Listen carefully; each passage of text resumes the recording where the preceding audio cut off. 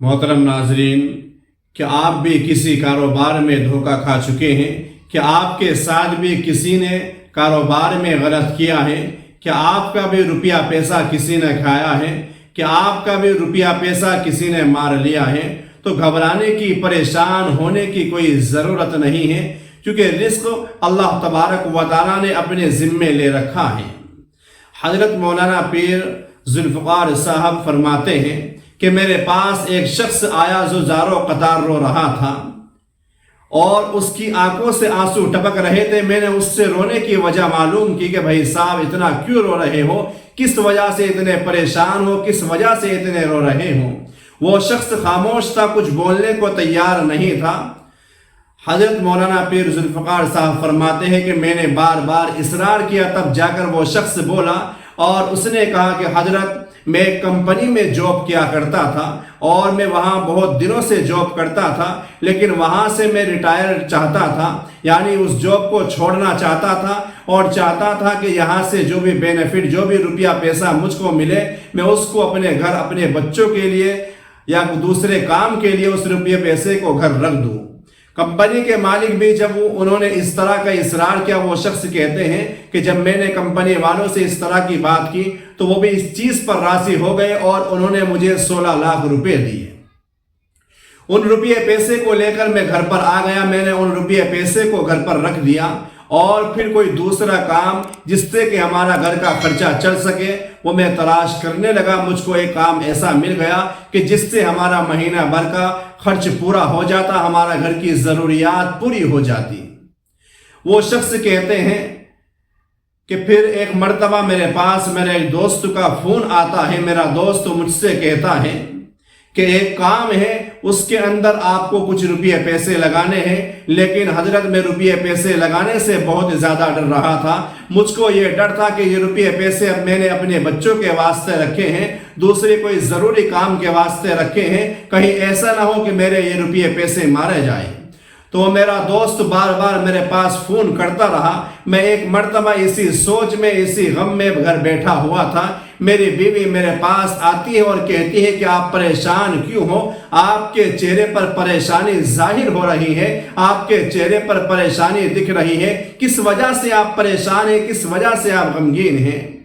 تو وہ شخص کہتا ہے کہ حضرت میں نے اپنی بیوی سے بتایا کہ میرا ایک دوست ہے، وہ مجھ سے بار بار اصرار کر رہا ہے اور بار بار فون کر کے یہی بات کہتا ہے کہ ایک کام ہے، اس میں ہم دونوں کو ساتھ ہونا ہے، ہم دونوں شریک ہونے ہیں اور اس کام میں آپ کچھ روپیہ پیسہ مجھ کو دیں، آپ کو گھر بیٹھے میں 20-30 ہزار روپے ضرور دے دیا کروں گا۔ تو اس کی بیوی بھی سوچنے لگتی ہے۔ اس کی بیوی سوچنے کے بعد کہتی ہے کہ ہم ایسا کریں کہ ہم پورے روپیہ پیسہ نہ دیں، یعنی 16 لاکھ روپے اس کو نہ دیں، بلکہ آپ ایسا کریں کہ 8 لاکھ روپے اپنے دوست کو دے دیں۔ تو وہ شخص کہتا ہے کہ حضرت میرے دماغ میں بھی بات آ گئی کہ چلو 8 لاکھ روپے تو بچتے ہیں، 8 لاکھ روپے میں اپنے دوست کو دے دیتا ہوں۔ تو 8 لاکھ روپے میں اپنے دوست کو دے چکا ہوتا ہوں تو میرا دوست ہر مہینے کو شروع میں مجھ کو 30,000 35,000 روپے دے دیا کرتا تھا، جس سے کہ میری بیوی بھی خوش ہو جاتی اور میں بھی خوش ہوتا، اور سائیڈ سے جو میں کام کر رہا تھا وہ کام بھی میرا برابر چل رہا تھا۔ لیکن کچھ مہینے گزرتے ہیں، 1 سال گزرتا ہے، اس دوست کا پھر فون آتا ہے۔ وہ دوست پھر کہتا ہے کہ اب اس کام کو ہم کو بڑا کرنا ہے، ایسا کرے کہ آپ کچھ پیسے اور دے دیں۔ تو وہ شخص کہتا ہے کہ حضرت جو 8 لاکھ روپے میرے پاس اور بچے تھے، میں نے وہ بھی اپنے دوست کو دے دیا اس کے کہنے پر۔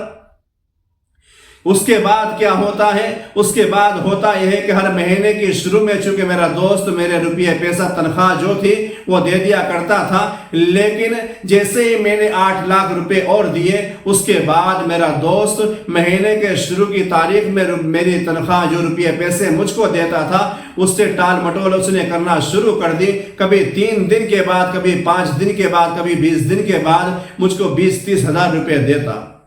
تو میرا دماغ خراب ہونے لگا، میں کنفیوز ہونے لگا، میں سوچنے لگا کہ یہ کیسا معاملہ میرا دوست میرے ساتھ کر رہا ہے۔ وہ شخص کہتا ہے کہ حضرت اس کے بعد ہوتا یہ ہے کہ وہ میرا دوست فون اٹھانا ہی بند کر دیتا ہے، بڑے مشکل سے ایک مرتبہ فون اٹھاتا ہے، میں اس سے بات کرتا ہوں کہ بھائی میں آپ کو 16 لاکھ روپے دے چکا ہوں، لیکن آپ ہیں کہ آپ میرا فون اٹھانے کو تیار نہیں ہیں، ہر مہینے جو آپ مجھ کو روپے پیسے دیتے تھے 20 30 35 ہزار روپے، آپ وہ بھی نہیں دے رہے، معاملہ کیا ہے؟ تو وہ شخص کہتا ہے کہ حضرت میرا وہ دوست اپنے ساتھ 2 اور بندوں کو لے کر آتا ہے، 2 آدمیوں کو لے کر میرے گھر آتا ہے اور میرے گھر آ کر کے کہتا ہے کہ جس کام میں ہم نے یہ روپیہ پیسہ لگایا تھا اس کام میں بہت زیادہ لاس ہو چکا ہے، یعنی وہ کام ہمارا خراب ہو چکا ہے، ہمارا وہ کاروبار نہیں چل رہا ہے، ہمارے سارے روپے پیسے اس میں ختم ہو چکے ہیں۔ اور جو 2 شخص کو لے کر آیا تھا وہ بھی اس کی بات کی تائید کرتے ہیں، وہ بھی کہتے ہیں کہ یہ بالکل ٹھیک کہہ رہے ہیں، آپ کا اور آپ کے دوست کا جو کام تھا اس کے اندر لاس ہو چکا ہے، اب میں کیا کر سکتا ہوں؟ اس کا دوست کہتا ہے کہ اب میں کیا کر سکتا ہوں، اس کے اندر لاس ہو چکا ہے تو میں آپ کو روپے پیسے کہاں سے دوں؟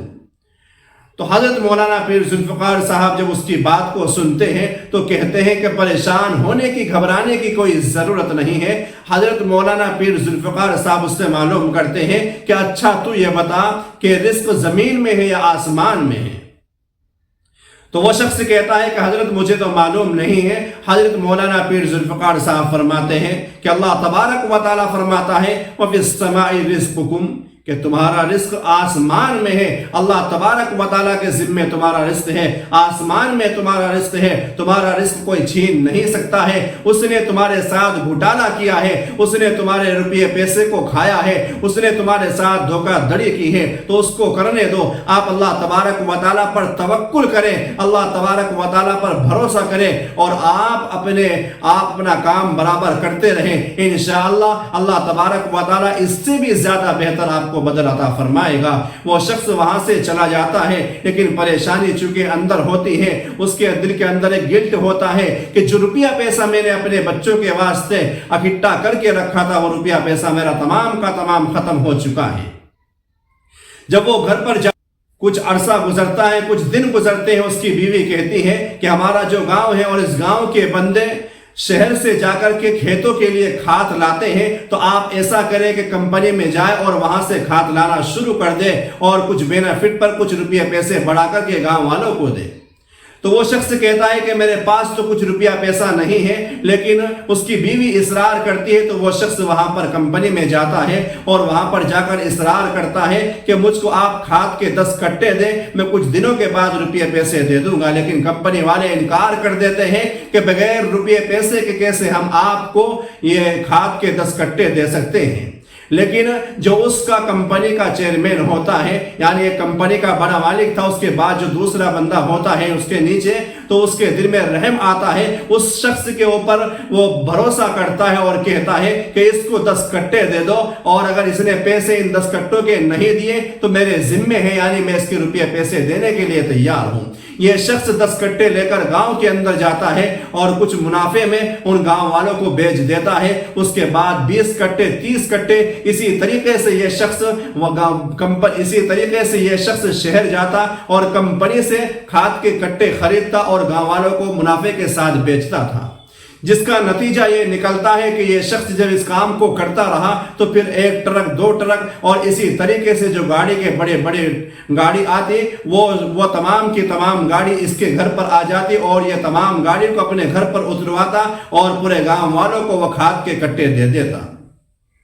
وہ شخص چند دنوں کے بعد، حضرت مولانا پیر ذوالفقار صاحب فرماتے ہیں کہ وہ شخص چند دنوں کے بعد، کچھ عرصے کے بعد میرے پاس آتا ہے اور کہتا ہے کہ حضرت اللہ تبارک و تعالیٰ کا بہت شکر ہے، احسان ہے کہ آپ نے جو مجھ کو مشورہ دیا تھا، آپ نے جو مجھ کو رائے دی تھی کہ اللہ تبارک و تعالیٰ پر توکل کرنا ہے، اللہ تبارک و تعالیٰ پر بھروسہ کرنا ہے، کوئی آپ کی روزی کو چھین نہیں سکتا ہے، جتنی روزی اللہ تبارک و تعالیٰ نے آپ کے مقدر میں لکھی ہے اتنی روزی ملے گی۔ جو باتیں آپ نے مجھ کو بتلائی تھی، جو وصیتیں آپ نے مجھ کو کی تھی، ان تمام پر میں نے عمل کیا۔ میں نے اللہ تبارک و تعالیٰ پر توکل کیا، میں نے اللہ تبارک و تعالیٰ پر بھروسہ کیا، اور آج میں 16 کروڑ روپے کا مالک ہوں۔ میرے صرف 16 لاکھ روپے میرے دوست نے گھٹالہ کیا تھا، میرے 16 لاکھ روپے میں میرے دوست نے ان کو کھا لیا تھا، لیکن اللہ تبارک و تعالیٰ پر سے میں نے توکل نہیں کھویا، اللہ تبارک و تعالیٰ کے اوپر سے میں نے اپنے بھروسے کو نہیں